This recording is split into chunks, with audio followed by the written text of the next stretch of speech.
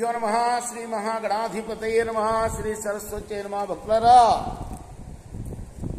వ్యాస మహర్షి రచించిన భాగవత మహాపురాణం యథాతథంగా చెప్పుకున్నాం. ప్రతి శ్లోకం దాని అర్థం.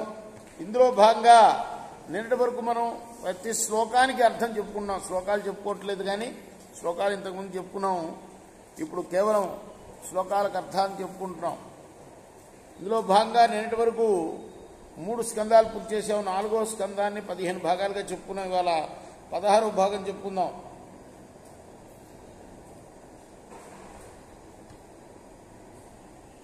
దేవతలందరూ కూడాను శివుణ్ణి ప్రార్థిస్తున్నారు. వచ్చి యజ్ఞ భాగానికి అర్హుడవైన నీకు యజ్ఞ భాగం ఇవ్వకపోవడం చేత నువ్వు దక్షుడి యొక్క యజ్ఞాన్ని ధ్వంసం చేశావు. అది అసంపూర్ణంగా మధ్యలోనే ఆగిపోయింది. అటువంటి దక్షయజ్ఞాన్ని నీవు పునరుద్ధరించాలి స్వామి. దక్షుణ్ణి బ్రతికించాలి. అలానే ఆ భగుడి నేత్రాలను పీకేశారు కదా, వాటిని కూడా అతనికి అనుగ్రహించాలి. భృగు మహర్షికి మీసాలు పీకారు, ఆ మీసాలు గడ్డాలు కూడా ఆయనకి ఇవ్వాలి. పూషుడికి దంతాలు పీకారు, అవి కూడా ఆయనకి ఇవ్వాలి. మిగిలిన యజ్ఞ కార్యాన్ని కూడా నువ్వే పూర్తి గావించి ఈ యాగంలో నీ భాగాన్ని నువ్వు స్వీకరించాలని కోరారు దేవతలందరూ కూడా.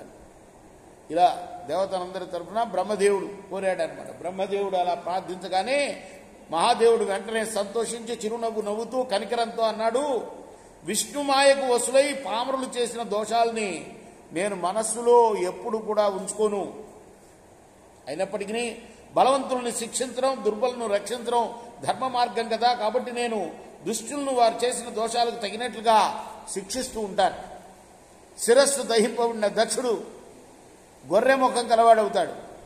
భగుడు దర్భలతో బంధించిన యజ్ఞభాగాన్ని పొంది మిత్రనామకమైన నేత్రాలతో చూస్తాడు.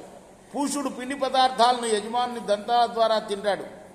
దేవతలందరూ కూడా యజ్ఞశేషాన్ని నాకు సమర్పించడం వల్ల మునుపట్లాగా అన్ని అవయవాలు కూడాను పూర్తిగా కలవారై సంచరిస్తారు.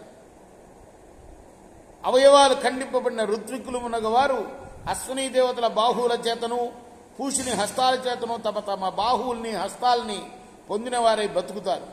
భృగువు చింబోతు మీసాలు గడ్డం పొందుతాడు అని శివుడు ఆజ్ఞ ఇవ్వగా అప్పుడు సమస్త ప్రాణులు కూడా సంతోషించి తండ్రి పరమేశ్వర బాగు అని మంచి మాటల చేత మెచ్చుకున్నారు. ఆ తర్వాత శివుని దగ్గర సెలవు తీసుకుని దేవేంద్రుడు మొదలైన దేవతలు ఋషులతో కూడి బయలుదేరారు. బ్రహ్మదేవుడు మహాదేవుని ముందుంచుకొని యజ్ఞం జరిగిన ప్రదేశానికి వచ్చాడు. ఐశ్వర్యశాలి అయిన శివుని ఆజ్ఞానుసారం మునులు, ఋత్వికులు, దేవతలు మొదలైన వారందరూ కూడా తమ తమ పూర్వ శరీర శోభలను పొంది చక్కగా ప్రకాశించారు. అప్పుడు దక్షునికి గొర్రెల తలగలవానిగా చేయగా అతను నిద్ర నుండి మేల్కొని లేచినట్లు లేచాడు. అది చూచి శివుడు సంతోషించాడు. దక్షుడు ఎదుట ఉన్న ఫాలాక్షుని చూచినంతనే శరత్కాలంలో బురదలేని సరస్సు వలె నిర్మలుడయ్యాడు. పూర్వం రుద్రుణ్ణి ద్వేషించడం కలిగిన దోషాలన్నీ కూడా అతనిలో తొలగిపోయాయి. పరమేశ్వరుణ్ణి ప్రస్తుతించాలని పూనుకున్నాడు. కానీ చనిపోయిన కూతురు జ్ఞాపకం వచ్చింది. ప్రేమతో తహతాపాటుతో అతని కన్నుల్లో నీళ్లు నిండాయి. దగ్గుత్తికితో మాట్లాడలేకపోయాడు. చివరికి అతి కష్టం మీద దుఃఖాన్ని దిగమింగకొని ప్రేమాతిరేకంతో ఒళ్ళు మరిచి భగవంతుడైన పరమశివునితో అన్నాడు, ఓ మహాదేవా, రుద్రా, హరా, పురహరా, నేను నీ పట్ల అపరాధం చేశాను కాబట్టి నువ్వు నన్ను శిక్షించావు. కానీ నేను దీన్ని శిక్షించడంగా భావించడం లేదయ్యా, నన్ను రక్షించడంగానే అనుకుంటున్నాను. ఓ స్వామి, నువ్వు విష్ణుదేవుడు కపట బ్రాహ్మణులు ఏ విధంగానూ క్షమింపరు. దృఢమైన వ్రతం గల బ్రాహ్మణులు మీరు ఏ విధంగానూ నిర్లక్ష్యం చేయరు.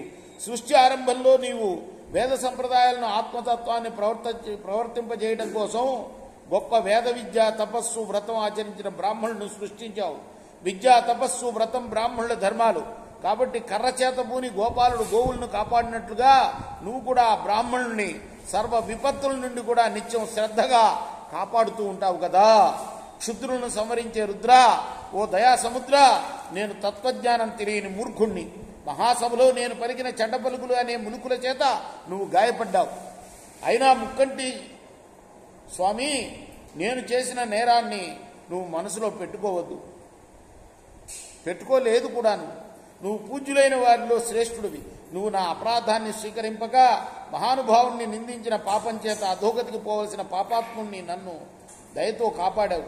అందుకుగాను నీకు తిరిగి ఉపకారం చేయడానికి నేను ఎంతటివాణ్ణి? ఓ సచ్చరిత్ర, ఇతరులను అనుగ్రహించే కార్యాల మూలంగా కలిగే ఆనందాన్ని నువ్వు పొందుదువుగాక. ఇటువంటి నీవు నీ గుణాల చేత ప్రసన్నుడు అగుదువుగాక. ఈ విధంగా దక్షుడు క్షమింపమని రుద్రుణ్ణి వేడుకున్నాడు. ఆ తర్వాత బ్రహ్మదేవుని చేత ఆజ్ఞాపింపబడ్డవాడై ఉపాధ్యాయులతోటి ఋత్వికులతోటి కూడి యజ్ఞం చేయడం ప్రారంభించాడు. అప్పుడు బ్రాహ్మణులు యజ్ఞం విఘ్నాలు లేకుండా కొనసాగటానికి రుద్రపార్షదులైన ప్రమథవీరుల సంబంధం వల్ల కలిగిన దోషం నివారించడానికి విష్ణుమూర్తి దేవతగా కలిగినది కపాలాకారంలో ఉన్న 3 పాత్రల యందు ఉంచబడిన పక్వాన్నంతో ప్రోడాశం అనే హవిస్సు ద్రవ్యం కలిగింది అయిన కర్మమును నిర్వర్తించారు. అధ్వర్యు కార్యాన్ని స్వీకరించిన భృగువుతో కూడి నిర్మలమైన మనస్సు గలవాడై దక్షుడు ద్రవ్యత్యాగం చేశాడు. అప్పుడు శ్రీమన్నారాయణుడు అనుగ్రహించి సాక్షాత్కరించాడు. రేపు మనం 17వ భాగాన్ని చెప్పుకుందాం. కృష్ణార్పణమస్తు. స్వస్తి ప్రజాభ్య పరిపాలయంతాం న్యాయేన మార్గేణ మహిమహిషా గోబ్రాహ్మణేభ్య శృణమస్తు నిత్యం లోకా సమస్త సుఖినో భవంతు. కృష్ణార్పణమస్తు. సాయి కృష్ణార్పణమస్తు. శ్రీ సచ్చిదానంద సద్గురు సాయినాథ్ మహారాజ్ की जय. चेकोरा हारती गो सद्गुरुनाथ देव साईनाथ. పాంచభౌతిక తత్వంలానే హారతులిక్తమురా నిర్గుణం మగు స్థితే వీడి ఎట్టి ఆకారం పొందితివో సాయిరాం. సర్వం నుండి నీవే ఇంకను ఉంటివి తల్లివలే. రజోతమో సత్వము నుండి మాయడు జనించే బాబా మాయడు జనించే. ఆ మాయ నుండి వేరే మాయ ఏ తీరుగా వచ్చే.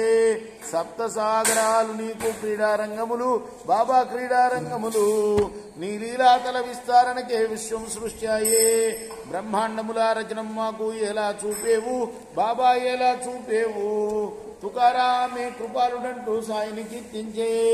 చేకోరా హారతీదిగో సద్గురునాథ దేవ సాయినాథ. పాంచభౌతిక తత్వములానే హారతులిత్తుమురా. లోకమే జ్ఞాన శూన్యం ఎవరు కోరరు జ్ఞానం. పాండురంగావతారం అది సుజ్ఞానదాయకం. హారతి జ్ఞానరాజా మహాకైవల్య తేజ. సేవిస్తు సజ్జనులే మదిని